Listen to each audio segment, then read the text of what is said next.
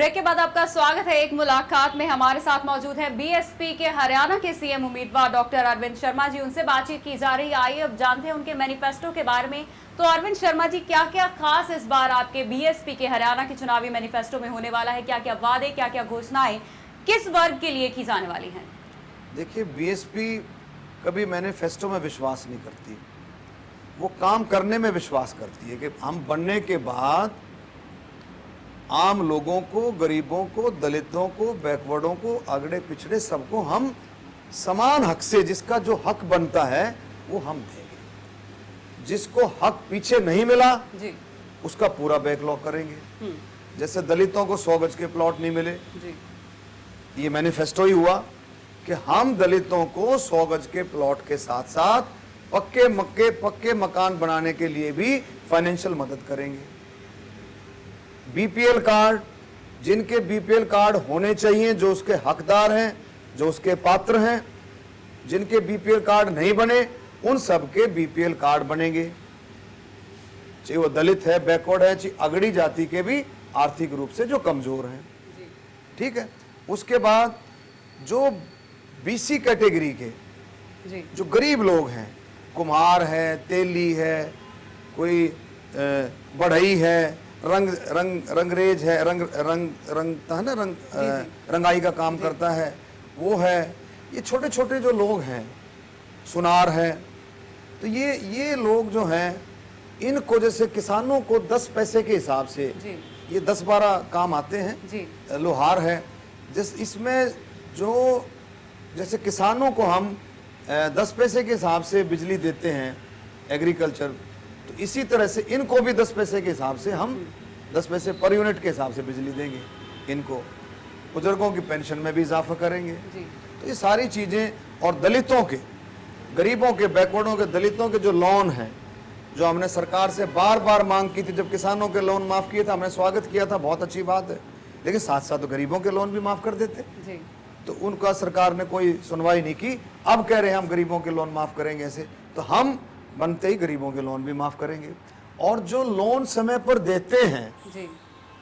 चाहे वो दलित हैं, चाहे बैकवर्ड हैं, चाहे अगड़ी की जाति के हैं, चाहे वो किसान है, चाहे और भी जो व्यापारी भी है, अगर कोई कोऑपरेटिव सोसाइटी से, बैंक से लोन लेता है, कोई और भी इस तरह के जो लोन है जो समय पर देते हैं, उसके लिए भी कुछ ना कुछ खास बात रखी जाएगी। उसको भी ये लगे अगर मैं समय पर लोन दे रहा हूं तो मुझे भी तो कोई मदद मिलनी चाहिए, मुझे भी तो कोई इंसेंटिव मिलना चाहिए। लेकिन यहाँ जितने भी पॉइंट्स आपने गिनाए, आपको नहीं लगता कि ये मैनिफेस्टो बहुत ही ज्यादा एक रिजर्वेशन फ्रेंडली मैनिफेस्टो बन रहा है? सिर्फ यहाँ पे आरक्षण की ही बात कर रही है, जातिवाद की बात कर रही है, इस जाति को कोई ये खास जातिवाद की कहाँ बात है? दलित के कहाँ जातिवाद? दलित में सब आते हैं, वाल्मीकि आता है, चमार आता है, धानक आता है, सांसी आता है, सब दलित में बहुत सारी जातियां। और जब बैकवर्ड की बात करता हूँ, बैकवर्ड में भी 25-30 जातियां आती हैं, तो जातिवाद की कहाँ बात हुई? किसान की जब बात करता हूँ तो किसान ब्राह्मण भी है, किसान गुजर भी है, किसान अहीर भी है, किसान जाट भी है, किसान में रोड भी है, सिख भी है। जो किसान की बात करते हैं तो सब आते हैं, और इसी तरह बैकवर्ड की बात करते हैं तो सब आते हैं, दलित की बात करते हैं सब आते हैं, सारे अगड़ों की बात करते हो तुम, उसमें ब्राह्मण, बनिया, पंजाबी, राजपूत, ये सारे आते हैं। चलिए ठीक है, ये तो रही आरक्षण या जातिवाद की कभी मैंने सुनो, जातिवाद की कभी मैंने राजनीति ना की है।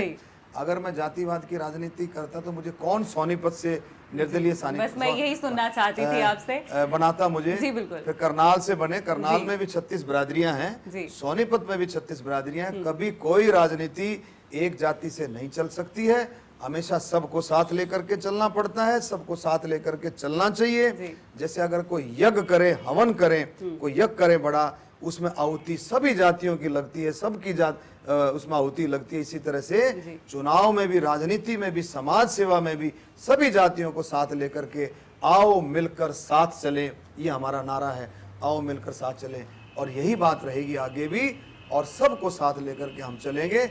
लेकिन सबसे बड़ी चीज ये है कि जिस जाति को हक नहीं मिला, जिस जाति को कम हक मिला है, उस जाति का हम विशेष रूप से ध्यान करेंगे। चलिए, किसानों या विद्यार्थी वर्ग के लिए या महिलाओं के लिए कुछ खास तौर पर आपने सोच कर रखा हो, अगर आप मुख्यमंत्री बनते हैं तो क्या करेंगे? महिलाओं की सुरक्षा के लिए है, महिलाओं का पूरा सम्मान करेंगे, पूरा, और उनका एजुकेशन जो है महिलाओं का, ये हमने पहले भी कहा है कि पूरा नर्सरी से लेकर के कॉलेज तक एजुकेशन फ्री होगा उनका।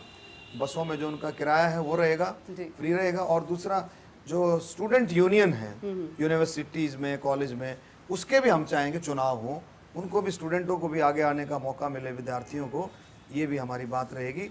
और किसानों के लिए जो हम कर सकते हैं, क्योंकि हम जानते हैं कि देश का किसान, हरियाणा का किसान, ये एक बहुत, किसान में कहता हूँ बहुत खुशहाल होना चाहिए जी। किसान जब खेती करता है तो उसको चिंता रहती है कि भी कभी बाढ़ आ जाए, कभी सूखा पड़ जाए, कहीं ओले पड़ जाए, कोई भी अननेचुरल क्लाइमेटिक उसको गड़बड़ में, उसको उसका दिल और दिमाग जो हमेशा लगा रहता है, उसको चिंता रहती है। मैं कहता हूँ किसान जब फसल बो दे तो उसकी चिंता खत्म होनी चाहिए, उसी दिन उसको लगना चाहिए कि भी कम से कम जो मेरा आगे मेरी फसल होकर के जो मेरे को मिलना चाहिए उसका आधा तो कम से कम मुझे मिलेगा। तो ऐसा कुछ ना कुछ पुख्ता इंतजाम हम करेंगे किसान के लिए कि उसको लगना चाहिए, उसकी चिंताएं सारी खत्म होनी चाहिए। जी बिल्कुल, ये तो रही मैनिफेस्टो की बात। आगे आपसे जानना चाहूंगी, हरियाणा में जब तक आचार संहिता लागू नहीं होती है तब तक कितनी और कैसी रैलियां आपने प्लान कर रखी हैं, और हरियाणा में आपका स्टार प्रचारक कौन होने वाला है? देखिए, स्टार प्रचारक तो हमारी नेता, हमारी सुप्रीमो, हमारी बहन मायावती जी हमारी स्टार प्रचारक हैं जी। उसके साथ साथ नरेंद्र कश्यप जी हमारे साथी हैं, मेंबर पार्लियामेंट, वो भी आएंगे, जनरल सेक्रेटरी हैं। और जी मलूक नागर जी हैं, राजपाल सैनी जी हैं। ये सारा वो हिस्सा है जो जिनकी हरियाणा में रिश्तेदारियां हैं, आपस में आना जाना है, उनको कह सकते हो आप बॉर्डर के, लेकिन सारे हरियाणा से ही संबंधित हैं। और उसके बाद जो है उमेद कश्यप जी हैं, कश्यप बिरादरी से हैं। कई सारे साथी, भाई ब्रजेश पाठक जी हैं, सतीश मिश्रा जी हैं, वो हमारे बीच में रहेंगे। और भाई राजा राम जी हमारे, वो तो हमेशा साथ ही रहेंगे।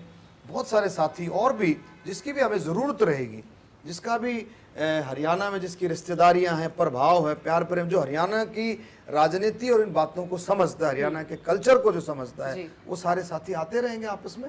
सब हमारी नेशनल पार्टी है। और भी कहीं से ज़रूरत पड़ेगी, किसी पंजाब से ज़रूरत पड़ेगी, हम पंजाब से बुलाएंगे, राजस्थान से किसी की ज़रूरत होगी, राजस्थान से आएगा जी।